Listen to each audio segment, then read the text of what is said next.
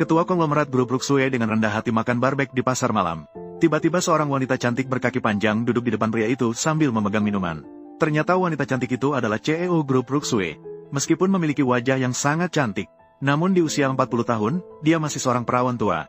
Dia melihat pria itu meskipun berpakaian lusuh. Namun, dengan daya pengamatan yang tajam, dia merasa pria itu tidak biasa. Karena tidak ingin menua sendirian, dia berencana untuk mengeluarkan banyak uang untuk menyewa pria itu sebagai pengawal pribadinya. Namun pria itu berkata bahwa dia belum pernah melihat banyak hal dan perlu mempertimbangkan. Dia akan memberikan jawaban setelah mempertimbangkan. Wanita cantik itu juga tidak ingin berbicara lebih banyak. Dia menyuruhnya untuk berpikir matang sebelum menghubunginya lagi.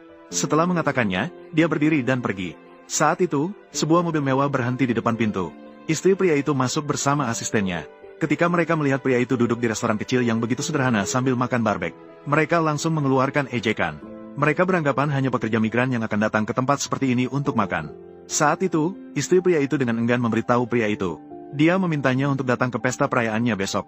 Setelah mengatakannya, dia berbalik dan pergi tanpa menoleh. Pria itu tiba-tiba merasa patah hati. Tidak menyangka istri begitu tidak berperasaan. Tanpa disadari, istri memiliki pencapaian seperti sekarang. Semua itu adalah bantuan diam-diam di balik pria tersebut. Ternyata identitas asli pria itu adalah pemimpin konglomerat gedung. Dia tidak hanya memiliki kekayaan yang tak terhitung. Kekuasaan yang dimilikinya bahkan seperti menutupi langit. Bahkan raja bawah tanah yang berbuat jahat di Provinsi Selatan. Di hadapannya, mereka hanya bisa berlutut. 5 tahun yang lalu, pria itu secara tak terduga menjadi korban jebakan pesaing. Dia hampir mati.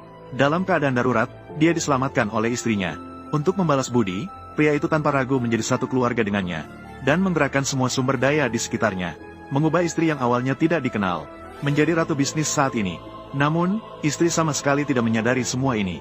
Dan dia juga tidak tahu identitas asli suaminya.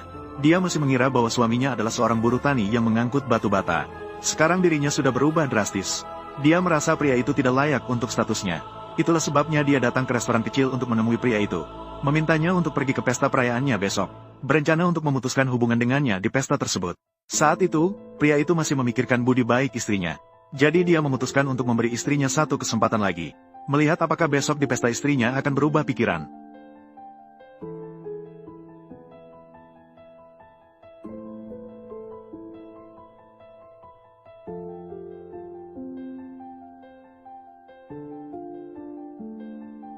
Tak lama kemudian, tiba hari pesta.